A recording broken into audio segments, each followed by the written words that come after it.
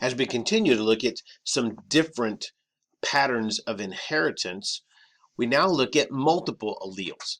Now, multiple alleles is a situation where more than two alleles would control the phenotype. So a perfect example of this is the human ABO blood groupings. There's four possible phenotypes for human blood type. And again, the blood types come from these glycoproteins that are associated with the red blood cell membranes. So here are the four possible phenotypes: type A, type B, type AB, and type O. There's three separate alleles for the enzyme I that attaches to the A or B carbohydrate to the red blood cell. They can have either the A allele, the B allele, or the neither allele. Now, remember that each person will have a pair of homologous chromosomes, so you'll have two of these alleles. So a person that has two A alleles will have, of course, type A blood. But if a person has a allele and a nil, a neither, then it will also have type A blood. Same situation for type B, but notice that for type AB, this individual has an allele for type A blood and an allele for type B blood. And again, they would have both of these present on here. Now, a person who has neither for both alleles would have type O blood. So we've treated each inheritance so far as though each gene affects only one character. And many times this is not the norm. Most genes have multiple phenotypic effects, and we call this pleiotropy. So pleiotrophic alleles are responsible for multiple systems. In fact, as an example, we're going to look at for some hereditary diseases. So two hereditary diseases kind of exhibit this pleiotropy where one gene has multiple phenotypic effects. And the examples are cystic fibrosis and sickle cell disease, also called sickle cell anemia. Now, cystic fibrosis, this is at one time was considered the most common lethal genetic disorder in the United States. It's very common in European lineages, and it is a recessively inherited disorder. What this means is that to express the disease phenotype, the individual must be homozygous recessive. And it's estimated that in about 1 in 25 Americans of European descent are carriers or heterozygotes. And these carriers, these heterozygotes, would have a normal phenotype, yet they're carrying one of these recessive alleles.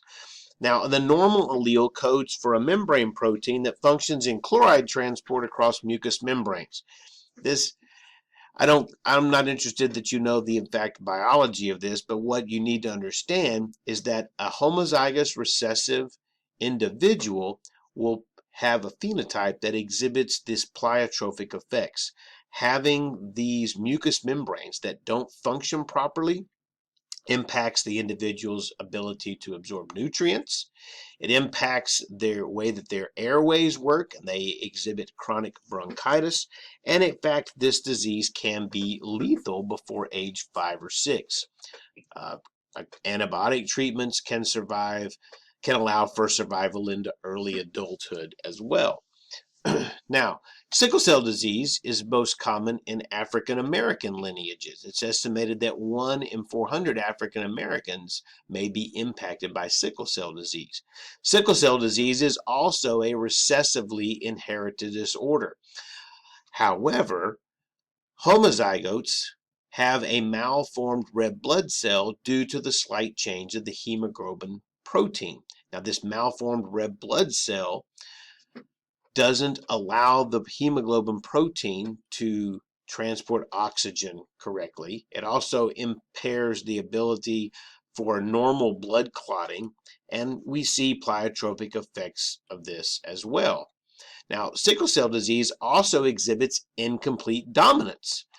Heterozygotes, which is about 1 in 10 African Americans, it's estimated, may suffer a reduced amount of symptoms for this. So while the homozygote recessive would have very, very poor ability to transport oxygen because the hemoglobin protein causes the red blood cells to be shaped like sickles.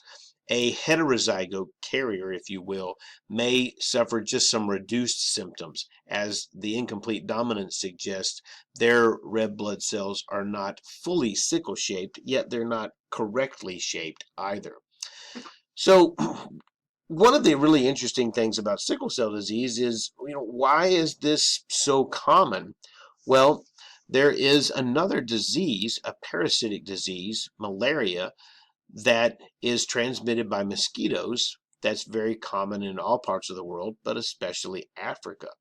And the malarial parasite's life cycle requires that it actually gets into red blood cells in our bodies.